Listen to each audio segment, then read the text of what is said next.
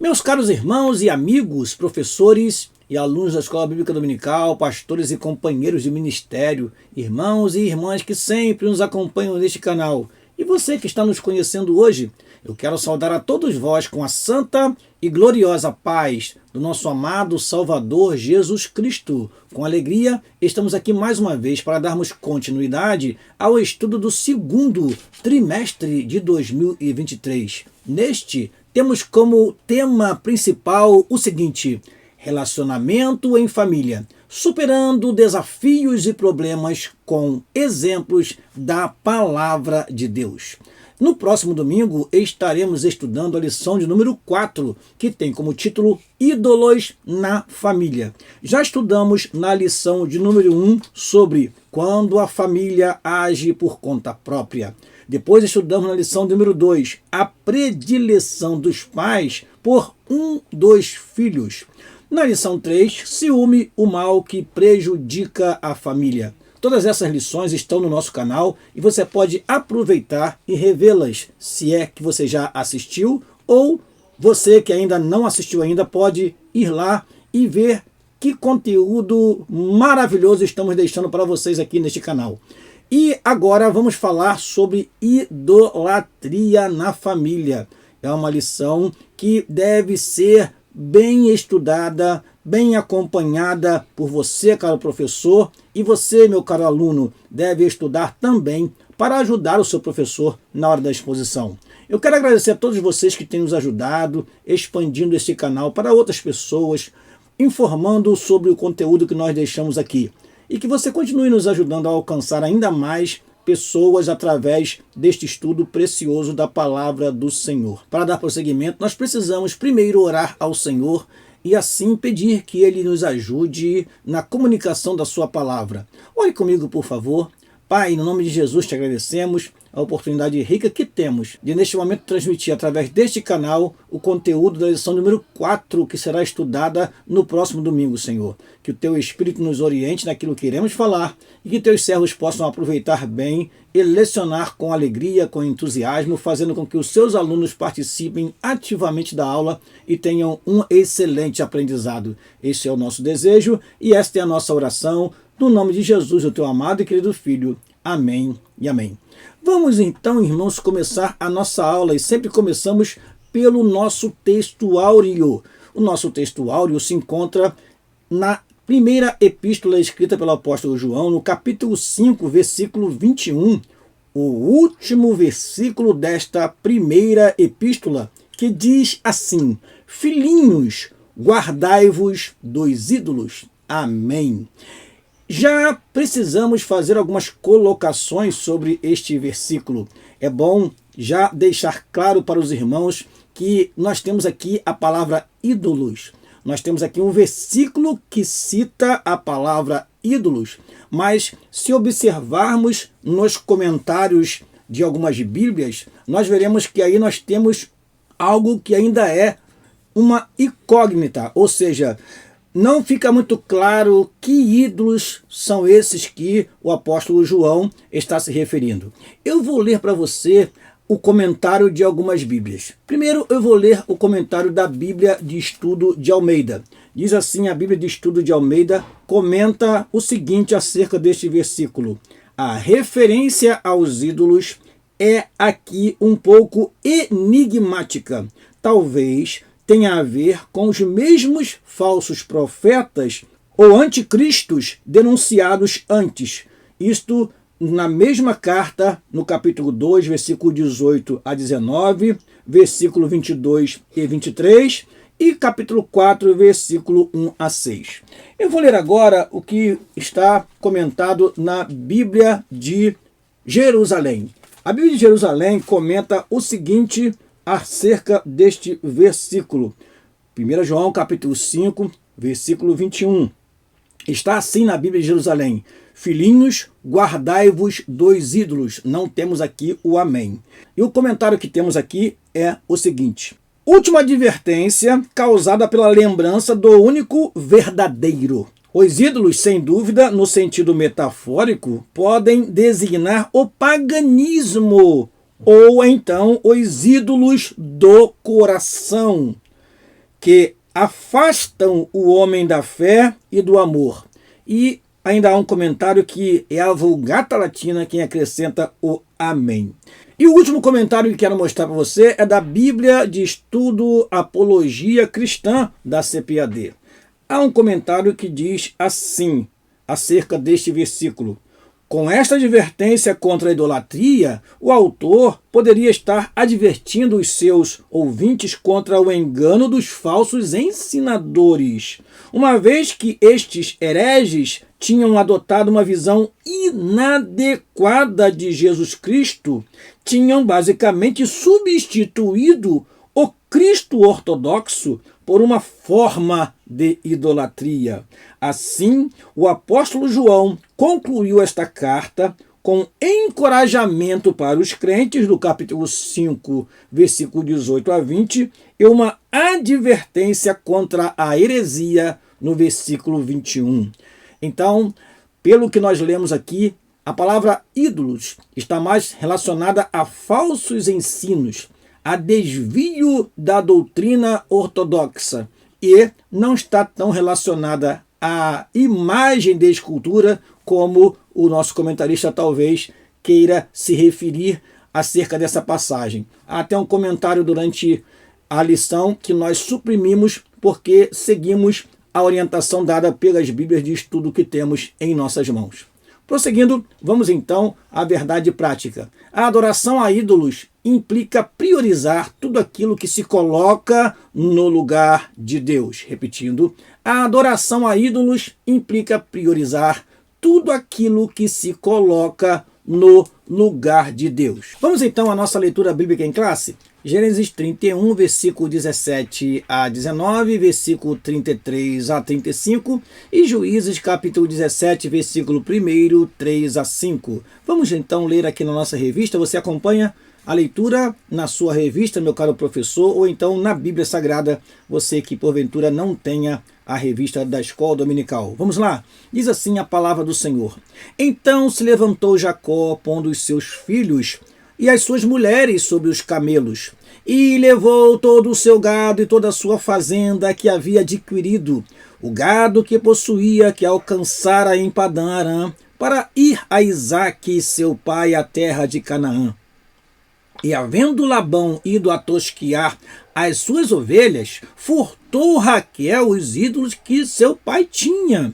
Então entrou Labão na tenda de Jacó, e na tenda de Léia, e na tenda de ambas as servas, e não os achou. E saindo da tenda de Léia, entrou na tenda de Raquel, mas tinha tomado Raquel os ídolos, e os tinha posto na albarda de um camelo, e assentara-se sobre eles, e apalpou Labão toda a tenda, e não os achou. Ela disse a seu pai: não se acenda a ira nos olhos de meu senhor, que não posso levantar-me diante da tua face, porquanto tenho o costume das mulheres. E ele procurou, mas não achou os ídolos. Vamos para Juízes, capítulo 17, versículo 1 e versículo 3 a 5. Diz assim a palavra do Senhor. E havia um homem da montanha de Efraim, cujo nome era Mica. Assim, restituiu as 1.100 moedas de prata à sua mãe. Porém, sua mãe disse: inteiramente tenho dedicado esse dinheiro da minha mão ao Senhor, para meu filho, para fazer uma imagem de escultura e de fundição, de sorte que agora tornarei a dar. Porém, ele restituiu aquele dinheiro à sua mãe, e sua mãe tomou 200 moedas de prata e as deu ao ourives, o qual fez delas uma imagem de escultura e de fundição, e esteve em casa de Mica. E tinha este homem Mica uma casa de deuses, e fez um éfode, ou uma estola sacerdotal, e terafins, e consagrou a um de seus filhos para que ele fosse por sacerdote. São dois relatos bíblicos, são dois casos de idolatria na família. É isso que estudaremos nesta lição. Vamos então aos objetivos desta lição. Primeiro, apresentar o contexto no qual Raquel furtou os ídolos de seu pai Labão. Segundo, explicar o cenário político-social de Israel quando Mica abraçou a idolatria. Terceiro e último, alertar acerca dos perigos da idolatria no seio familiar do povo de Deus. Vamos então à nossa introdução. Temos nesta lição duas histórias distintas que relatam a convivência com a idolatria dentro de casa. No primeiro caso, temos Raquel, a mulher de Jacó, que sabia que seu marido servia ao Deus de seus pais e que ele era poderoso, ou seja, Deus é poderoso. Deus, ele não deve ser adorado através de ídolos. Não, pelo contrário, Deus havia se revelado a Abraão de forma clara, falando com Abraão e não através de imagens de escultura. Então, Raquel sabia que Jacó servia ao único e verdadeiro Deus. Entretanto, Raquel achava-se insegura quanto ao seu futuro, sentindo-se injustiçada pelo seu pai, que não lhe deu nenhuma herança, nem a ela, nem a sua irmã Leia, resolveu furtar as pequenas estatuetas, os ídolos de seu pai, que eram os pequenos deuses dentro da casa de Labão. O segundo caso é de Mica, um eframita que viveu no tempo dos juízes em Israel e que fabricava deuses. Nós veremos que os danitas vieram e levaram o seu Deus, levaram o seu sacerdote, e assim se instaurou uma grande idolatria num lugar chamado Laís, que depois passou a se chamar Dan, justamente com aquele ídolo que a mãe de Mica financiou para que ele fizesse. Nesta lição, veremos as consequências da idolatria dentro de uma casa. Vamos então ao primeiro tópico da lição, os ídolos encontrados na tenda de Raquel. Primeiro item do primeiro tópico, a fuga de Jacó e sua família para a terra prometida. Depois de muitos anos de trabalho para o seu sogro Labão, tendo prosperado muito, Jacó resolveu voltar à terra de seus pais. Isso está em Gênesis capítulo 31, versículo 3 e 4. Em função dos ressentimentos que existiam entre ele e seu sogro, e não havendo possibilidade de liberação para viver sua própria vida, Jacó resolveu fugir das terras de Labão sem falar nada a ninguém. Quando foi descoberta a sua fuga, Labão e seus filhos resolveram ir atrás dele para fazê-lo voltar. Labão descobre o furto de seus deuses domésticos, é o segundo item do primeiro tópico. Labão era homem idólatra e possuía pequenos deuses no interior de sua casa, para os quais ele orava e pelos quais acreditava ser ajudado. Eram, na verdade, terafins, fabricados de madeira, pedra ou barro, cujas imagens eram veneradas e adoradas como amuletos para proteção familiar e pessoal. Agora, vem algumas informações importantes sobre esses terafins. Preste atenção. Quem os possuísse também tinha o direito à herança. Quando Raquel percebeu que seu pai não lhe daria herança alguma, ela furtou os ídolos dele. Ao chegar no acampamento de Jacó, Labão indagou a respeito dos seus ídolos e não os encontrou, porque Raquel os escondera na albarda de um camelo e se sentou sobre eles. Agora, veja que interessante, meus amados irmãos, sobre os terafins. Primeira coisa que nós queremos acrescentar aqui, por isso nós colocamos essa tela na cor verde, é que a palavra terafim é de origem desconhecida. Com base nas vezes que é citada na Bíblia, alguns estudiosos dizem que mais de 10 vezes são citados os terafins na Bíblia. Alguns eruditos sugerem que essa palavra talvez comunique o sentido de coisas vis no texto bíblico. Os terafins poderiam ser pequenos, como os que foram furtados por Raquel, ou grandes, como a estátua que Mical colocou na cama para dizer que Davi estava doente. Ela colocou uma estátua, um ídolo que foi coberto por um manto e alegou que Davi estava acamado. Materiais encontrados por estudiosos, arqueólogos, na antiga cidade mesopotâmia de Nuzi, no atual Iraque, indicam que os terafins podiam ter uma função que superava o significado exclusivamente religioso. Parece que a pessoa que tivesse a posse dos terafins também tinha liderança da família e garantia os direitos de herança.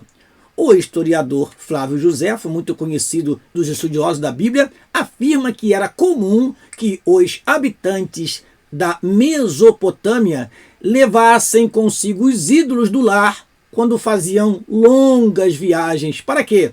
Para consulta e proteção. Essa é a informação adicional que eu trago para você, meu querido professor e aluno. Foi por esse motivo que Raquel furtou os terafins que eram de seu pai Labão. Item número 3 do primeiro tópico. Raquel usa a mentira para esconder o ídolo ou os ídolos. Raquel sentou-se sobre os ídolos para que Labão não os encontrasse. Ela usou a justificativa de que estava no período menstrual para não se levantar de cima da albarda do camelo e, consequentemente, para que seu pai não encontrasse os ídolos que estavam ali. Fica claro que, embora Labão acusasse Jacó de roubá-lo, foi sua filha Raquel que furtou seus ídolos e por isso o enganou. E Labão não encontrou os seus ídolos. Esse episódio gerou uma grande discussão entre Jacó e o seu sogro em Gênesis 31, versículo 36. A revista não cita, mas eu acho importante você dizer, meu caro professor, o seguinte. Em Gênesis 35, versículo 1 a 5, o que aconteceu? Antes de subir a Betel, os deuses estranhos foram tirados da casa de Jacó. E eu quero ler para você esse texto. Gênesis 35, versículo 1 a 5, diz o seguinte. Depois disse Deus a Jacó, levanta-te, sobe a Betel e habita ali. E faz ali um altar ao Deus que te apareceu quando fugiste de diante da face de Esaú, teu irmão. Então disse Jacó à sua família e a todos os que com ele estavam, tirai os deuses estranhos que há no meio de vós e purificai-vos. E mudai os vossos vestidos, em outras versões, as vossas vestes, e levantemo-nos e subamos a Betel, e ali farei um altar ao Deus que me respondeu no dia da minha angústia, e que foi comigo no caminho que tenho andado. Versículo 4. Então deram a Jacó todos os deuses estranhos que tinham em suas mãos, e as arrecadas que estavam em suas orelhas.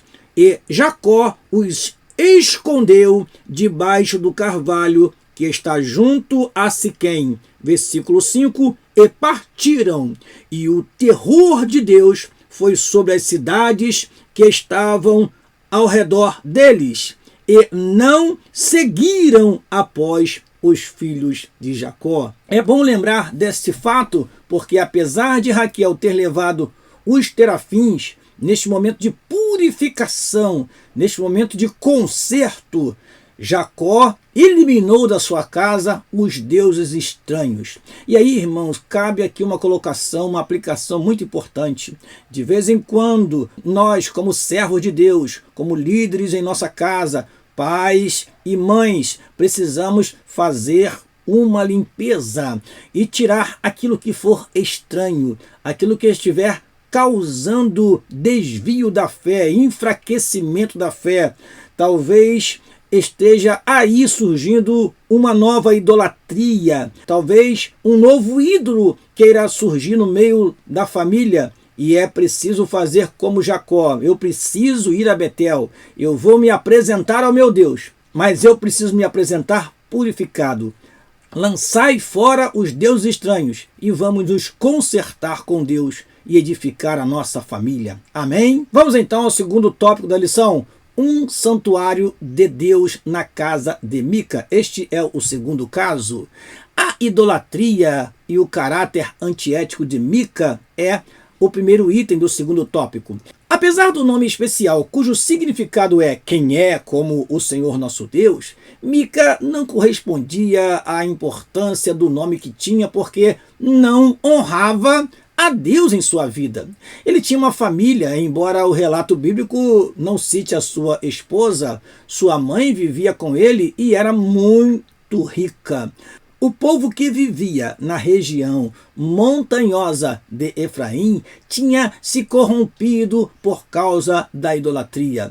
Havia em Israel, de modo geral, um abandono total aos mandamentos da lei de Moisés, em que o povo de Israel aderiu a um sincretismo religioso que implicava uma apostasia total. Cada um fazia o que bem imaginava fazer, sem nenhum compromisso com Deus. A ausência de líderes durante cerca de 300 a 400 anos fez o povo ficar completamente cego espiritual. E nesta cegueira espiritual está o caso de Mica. Além do abandono da lei do Senhor, as famílias começaram a adotar esse sincretismo religioso dentro de suas próprias casas, admitindo ídolos caseiros para os quais faziam culto e adoravam com o objetivo de obter favores materiais. Os valores morais e éticos foram abandonados. E Mica era fruto dessa corrupção moral, por isso não foi difícil para ele roubar a própria mãe. Seguindo então, segundo item do segundo tópico, a abominação de Mica. Mica havia construído em sua casa um santuário para pequenos deuses, ou seja, terafins. A escritura diz: e tinha este homem, Mica, uma casa de deuses, e fez um éfode ou uma estola sacerdotal e terafins, e consagrou a um de seus filhos para que ele fosse por sacerdote. Mica havia roubado a própria mãe sem que ela soubesse. Ele levou consigo 1.100 ciclos de prata, equivalentes a 13 quilos do metal. Visto que sua mãe não sabia que era o seu próprio filho quem a furtara, ela lançava maldições sobre o ladrão, que era o seu próprio filho. Temendo sofrer com a maldição da mãe, Mica foi à casa dela e confessou seu pecado e a restituiu completamente todo o dinheiro. Diz assim Juízes 17:4, porém ele restituiu aquele dinheiro à sua mãe. Sua mãe retirou a maldição e tomou parte do dinheiro e o deu a ourives para que fizesse imagens de escultura para a casa de Mica. Terceiro item do segundo tópico. Mica tinha uma casa de deuses. Pelo contexto bíblico, a família de Mica era de judeus, mas desviada da fidelidade a Deus. Servia aos falsos deuses, representados pelos pequenos ídolos chamados terafins. Mica e seus familiares afirmavam estar servindo também ao Deus de Israel. Deus nunca coabitou com a idolatria. Pelo contrário, se olharmos os mandamentos, o primeiro mandamento é: não terás outro Deus além de mim. O segundo mandamento: não farás imagens de escultura. Deus jamais aceitou esse tipo de adoração. Pelo contrário, foi através dele que muitos ídolos foram destruídos, como Dagon, o ídolo dos filisteus, e outros ídolos que se levantaram, e o Senhor sempre se mostrou o Deus poderoso e que venceu todos aqueles que se levantaram como deuses e não o são, como aconteceu com Baal. Prosseguindo, entretanto, naquele período histórico do tempo dos juízes, cada um fazia o que parecia certo. Por conta própria, e depois de ter seus terafins em casa, Mica resolveu também mandar fazer uma estola sacerdotal. Esse éfode era utilizado somente pelo sumo sacerdote israelita, E ao fazer este éfode, ele entrega a seu filho, separando-o para sacerdote na sua casa. Depois aparece um levita que não tinha onde morar. A Bíblia diz que ele estava procurando comodidade. E Mica o convida a viver em sua casa e tornar-se sacerdote da família pelo Deus de Israel. Essa mistura de divindades falsas estava presente na casa de Mica. Todos quantos chegassem à sua casa encontrariam, entre aspas, o Deus que desejassem invocar. Infelizmente, um homem da tribo de Efraim, que deveria honrar o Deus de seu povo, que o libertou do Egito, agora se encontra comprometido com ídolos de uma religião pagã.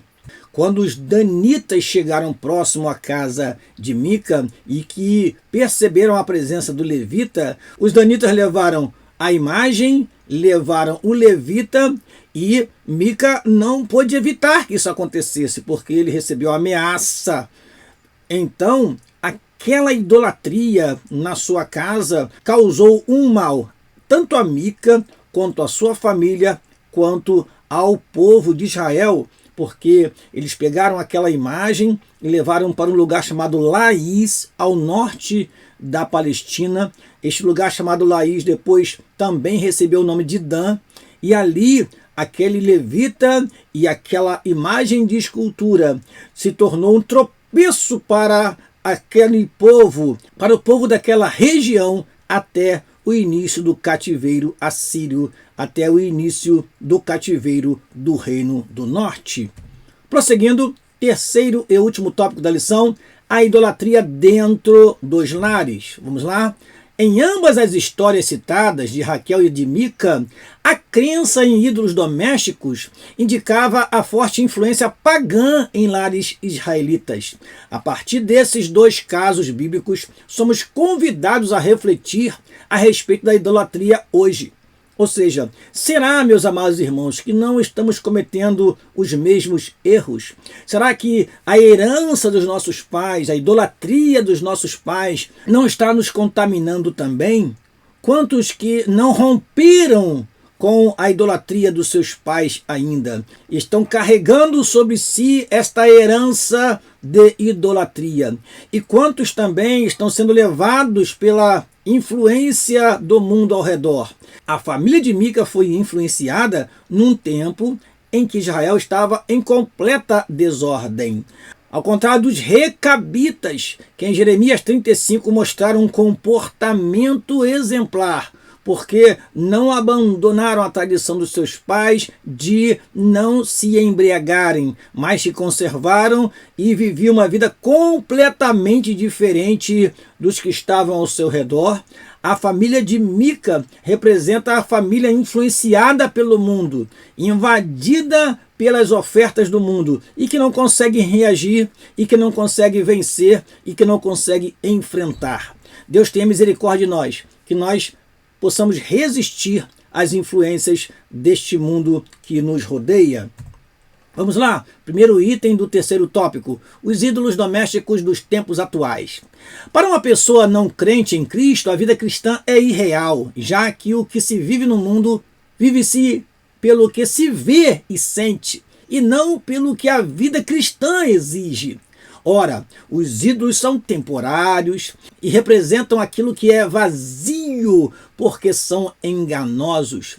Qualquer coisa pode se tornar um ídolo dentro de casa, como, por exemplo, um emprego, um carro, um dinheiro, um filho, um pai, uma mãe, um estilo de vida e o celular, que é hoje o grande ídolo, o grande terafim que temos em nossos lares, porque muitos se curvam a este aparelho e não conseguem mais adorar a Deus, não conseguem mais servir a Deus, tornam-se escravos e súditos das redes sociais e acabam sendo induzidos a adorar literalmente e depender delas. Há pessoas que já não conseguem viver mais sem a internet, sem o seu aparelho celular, estão completamente dependentes. Será que não é hora de repensarmos e vermos qual é o verdadeiro papel das redes sociais, dos aparelhos celulares em nossas vidas? Vamos falar sobre isso ainda até o final desta aula. Ora, como identificar idolatria dentro e fora de casa? Tudo aquilo que requer lealdade e honra acima de Deus, ou no lugar de Deus, podemos dizer assim, se constitui idolatria. Paulo escreveu aos Coríntios: o ídolo nada é no mundo, por isso é um perigo endeusar pessoas, colocando-as na posição ou acima do próprio Deus.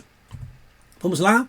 Identificando os ídolos modernos dentro dos lares. É o segundo item do terceiro e último tópico. A mídia por si mesma é neutra, pois é o meio pelo qual serve a sociedade como canal de comunicação através do rádio, da televisão, da internet, dos smartphones, da rede de computadores e de outros meios. Ela é um modo de comunicação que deve ser usado com sabedoria. Entretanto, não podemos ser manipulados por ela, que faz parte de um mundo tecnológico e intelectual no qual todos vivemos. O que não podemos é fazer o uso acrítico, ou seja, sem crítica, sem avaliação desses instrumentos. Precisamos levar em conta o cuidado quanto ao perigo da concupiscência da carne, dos olhos e da soberba da vida. Prosseguindo, precisamos reagir contra os inimigos da família. Jesus disse em seu sermão da montanha: vós sois o sal da terra.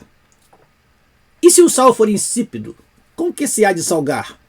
A igreja é o sal da terra e por isso é a única instituição da sociedade capaz de evitar a corrupção dos nossos valores morais e espirituais. Para preservar a família atacada pelo vírus infeccioso do sistema mundano, é preciso quebrar os ídolos domésticos que roubam o lugar de Deus na vida familiar. Então é necessário rever, é necessário repensar. O que será que está incomodando a nossa família, nos impedindo de servir a Deus, nos impedindo de dedicar a nossa vida a Deus? O que está tomando o lugar de Deus e nós estamos venerando, adorando dentro da nossa família? Com essa avaliação, meu querido irmão, você estará identificando se na sua casa tem terafins. E identificando, é hora de lançar fora os ídolos e adorar ao único e verdadeiro Deus.